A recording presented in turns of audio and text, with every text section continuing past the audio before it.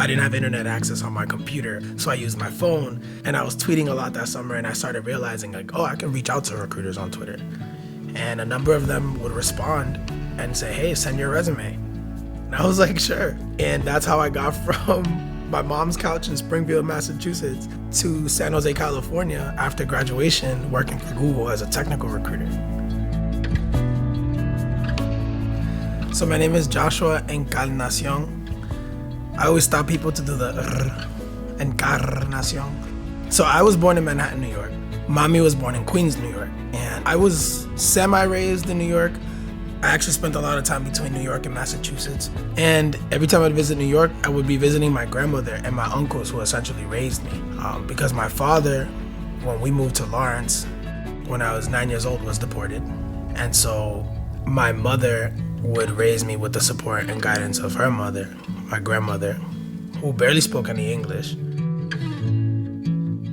The college football coach introduces me to college now at the University of Massachusetts, Dartmouth, which is a program. And so I started studying. And I was in the College of Engineering because of the College Now program. But at the end of my sophomore year, I was like, this isn't me. And so I switched to the School of Business. And that's where I met probably the most influential person in my life, my mentor till this day. He asked me one question that kind of shifted it all for me, which I think is what enabled my tech career. He looked at me and he said, look, I can tell you are gonna work hard regardless of what you do. What do you wanna do? And he meant it. I told him, I was like, look, I don't wanna be an engineer, but I wanna manage engineers. Having accepted that in that class, I was like, okay, cool. I don't want to necessarily have to be the person that figures everything out, but if I can get the team to come together to figure things out and communicate clearly, then that's a skill.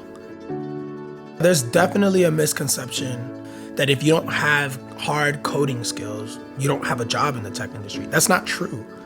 Early on in my career, I had strong faith in the fact that communication skills matter. There's accounting, there's finance, there's marketing, there's recruiting, there's sales, there's all types of roles that Black and brown people are really good at. We're all really good at being people and keeping things human, and that's what the tech industry needs. So what does it mean to be Latino at the tech companies I've worked at, on the job, in the office? And what that means to me is if I just show up as who I am, I'm making a difference. And every day I had to remind myself, I'm still lucky. And every day I had to remind myself, I'm in a privileged position. I'm a tech industry professional, proud Dominicano, East Coaster on the West Coast. I definitely love to read, but I also love to dance bachata. Even with all that said, I'm much more than that.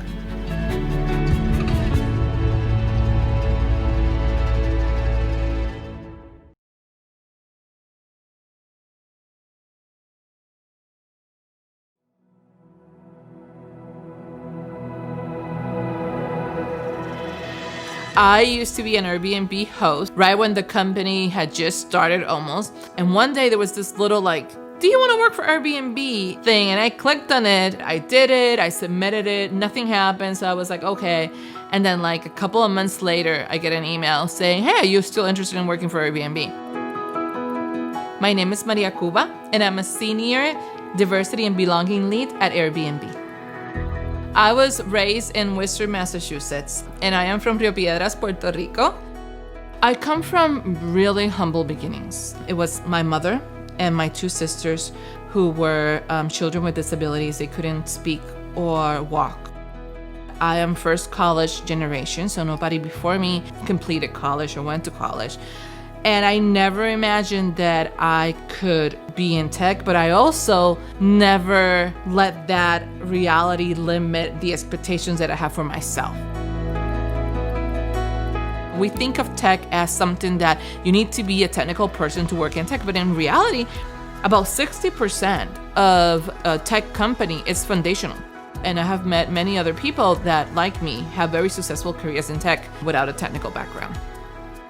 I am the first Latina to work at Airbnb. So I had to do a lot of translations, correcting a lot of ideas or things. And every time there was a campaign or we were doing something, are we thinking of Latin America? Are we showcasing a Latin American country? So from the beginning, I was like, okay, I have the privilege to be a champion for my community in this company.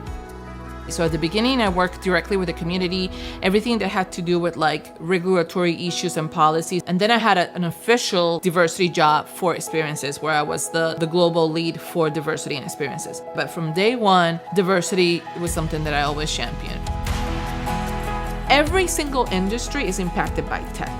So we have a responsibility to ourselves, to our community, but also to the future, to what the things are going to be available and accessible to us, to really now use our voice.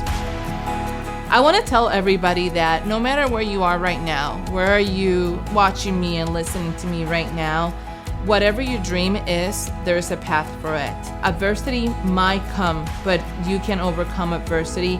I know, I have done it, and we're here to help you also take the steps that you need. So don't put a limit to your dreams.